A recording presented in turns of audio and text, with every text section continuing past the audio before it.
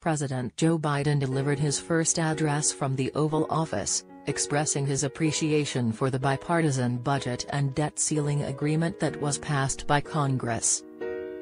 In his 12-minute speech, Biden emphasized how this collaborative effort had successfully averted an economic crisis, specifically acknowledging the Republican negotiators led by House Speaker Kevin McCarthy. Biden commended both sides for their transparency, honesty, and respect throughout the negotiations, highlighting that they operated in good faith and upheld their commitments. The bill, which aims to reduce spending and extend the debt ceiling for 2 years, received praise from the president, who also recognized other congressional leaders from both parties, such as House Minority Leader Hakeem Jeffries, Senate Majority Leader Chuck Schumer, and Senate Minority Leader Mitch McConnell. Emphasizing the significance of passing the budget agreement, Biden stated that the stakes were incredibly high. While acknowledging that no party obtained all their desired outcomes, he stressed that the American people received what they needed, effectively avoiding an economic collapse and crisis. Biden announced his intention to sign the bill into law on the following day, as the bipartisan budget agreement had already passed with a final vote of 63 to 36 in the Senate. In the Republican-led House, its companion bill, the Fiscal Responsibility Act, also passed with a final vote of 314 to 117. The president expressed satisfaction that the budget agreement protects the core pillars of his Investing in America agenda, which includes the creation of jobs, the revitalization of manufacturing, infrastructure development, promotion of clean energy, as well as the preservation of programs like Social Security, Medicare, Medicaid, and his student debt relief plan.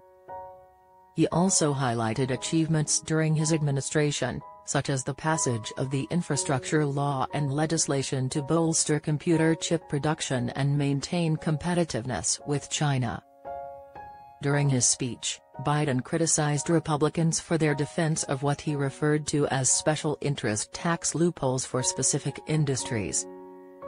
Hinting at the possibility of his participation in the 2024 race, he confidently stated, "But I'm going to be coming back, and with your help, I'm going to win."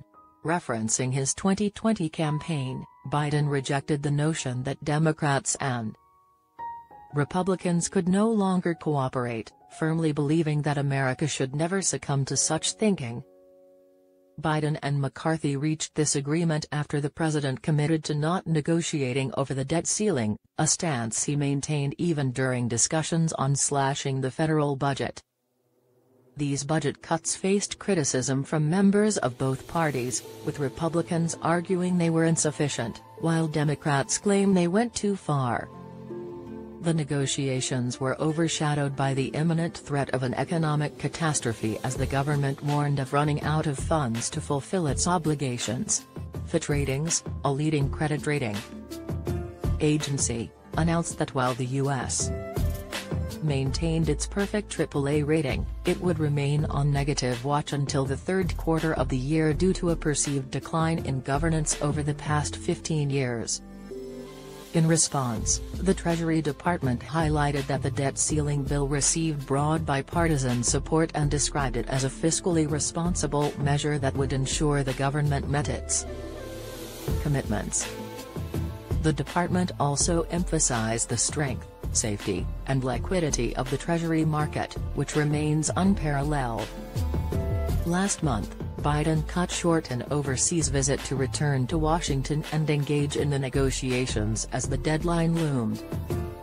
Throughout the tense discussions, the president contemplated using his executive powers to unilaterally raise the government's borrowing limit, invoking the 14th Amendment. While this legal approach remained untested, some Democrats urged the president to seriously consider it.